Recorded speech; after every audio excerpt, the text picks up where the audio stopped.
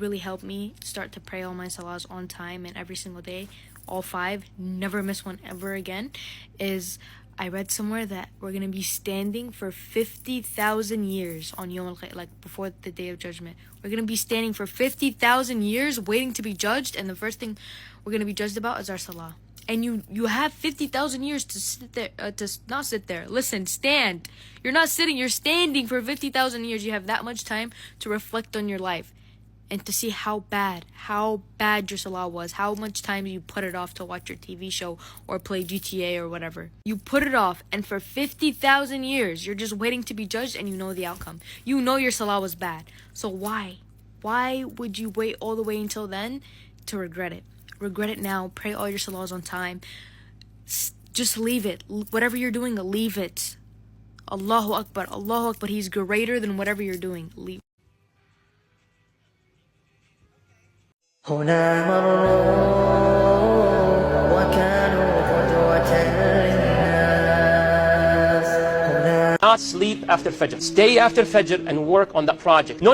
Do not stay up late, pull an all-night or drink Red Bull. No. Go sleep now. Whatever you will do at night, that hour, no, replace it with the morning. Why? Because the Prophet ﷺ made dua. Allahumma barik li ummati fi bukuriha. Oh Allah, bless my ummah during the early hours of the day. Allahu Akbar. A lot of people have been asking me where I got my motivation to pray my salah and be on my deen and etc. And you guys, subhanAllah, it's not about motivation. If you keep sitting around waiting for motivation to hit you for you to pray your 5 daily prayers, you're not going to be disciplined with it. Because once that motivation is gone, are you going to still continue to pray? It's not about motivation, it's about discipline. You need to push yourself to pray. You just need to genuinely come to a realization prayer is a must. It's not something that's optional. And I was like that at first. I would be always looking for motivation. I'd be sitting down, but that spark of motivation is never just gonna come. And you can't be waiting for a spark of motivation for you to worship your Lord. The biggest advice I can give to you guys is constantly put in your mind that we don't have time left. Because our deadline could be tomorrow. Allah subhanahu wa ta'ala could take our nafs literally today, tomorrow, you never know. Live your life as if your soul was guaranteed to be taken away that next day. So go do, get your prayer mat, and go pray. I don't want to hear this talk about motivation. Do you know that no matter what good deeds you do, if you do not pray well, Allah will not accept this from you? Prayer is the most important thing in Islam. The Prophet says, alayhi salatu wasalam, the first thing for which a person will be brought to account on the Day of Judgment will be his prayer. Okay, what would happen? The Prophet says, alayhi salatu wasalam, if it is sound, that is a prayer, if it's sound, he will be successful. And if it is lacking in any way, he will be doomed. So if you come on the Day of Resurrection, the Day of Judgment, with fasting, with charity, with hajj, with being kind to people, with being honest, mashallah, very good. But you did not pray. All of this will be in vain. But if you came with bad things here and there, yet your prayer was sound, was on time and in the masjid, every single day, on time, mashallah, but you had bad things in you, eventually it will be corrected by prayer with the grace of Allah.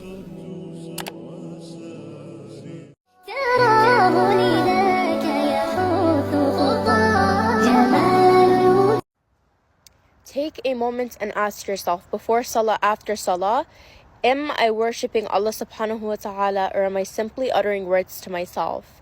The lowest level of intention in prayer, without which the whole entire salah becomes invalid, is when one only prays out of obedience to God's command. The motive behind this kind of prayer is simply to fulfill an obligation, meaning if Allah subhanahu wa ta'ala had not made it mandatory to pray, the servants would not pray. At this very low level of intention, their obligation has been complete without needing to redo it.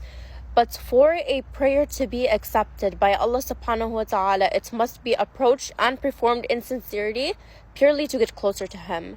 This pure kind of salah elevates and improves your spiritual growth. Now, according to my beautiful Shia school of thought, there are 3 main types of worship.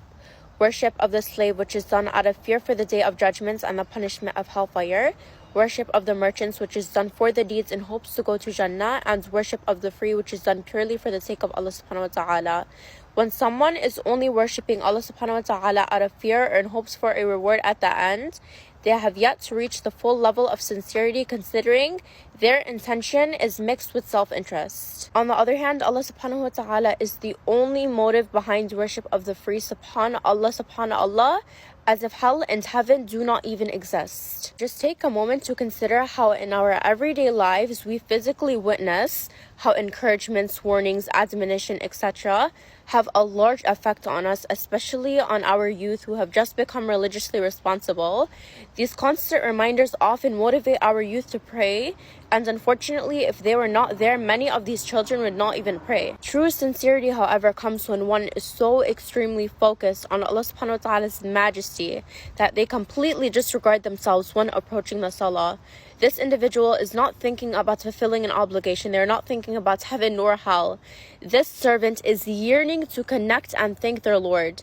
This is the kind of salah that Allah subhanahu wa ta'ala intended for us to be performing. Now ask yourself, is this the kind of prayer that I am performing, or is my salah tied to self-interest?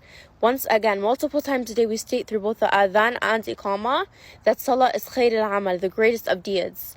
We are getting deeds for praising Allah subhanahu wa ta'ala. The least we could do is do it sincerely. وقف الطفل وحده والليالي ورصاص من حوله وجنود وقف الطفل والحجارة أكوام وعيناه عزمة وصمود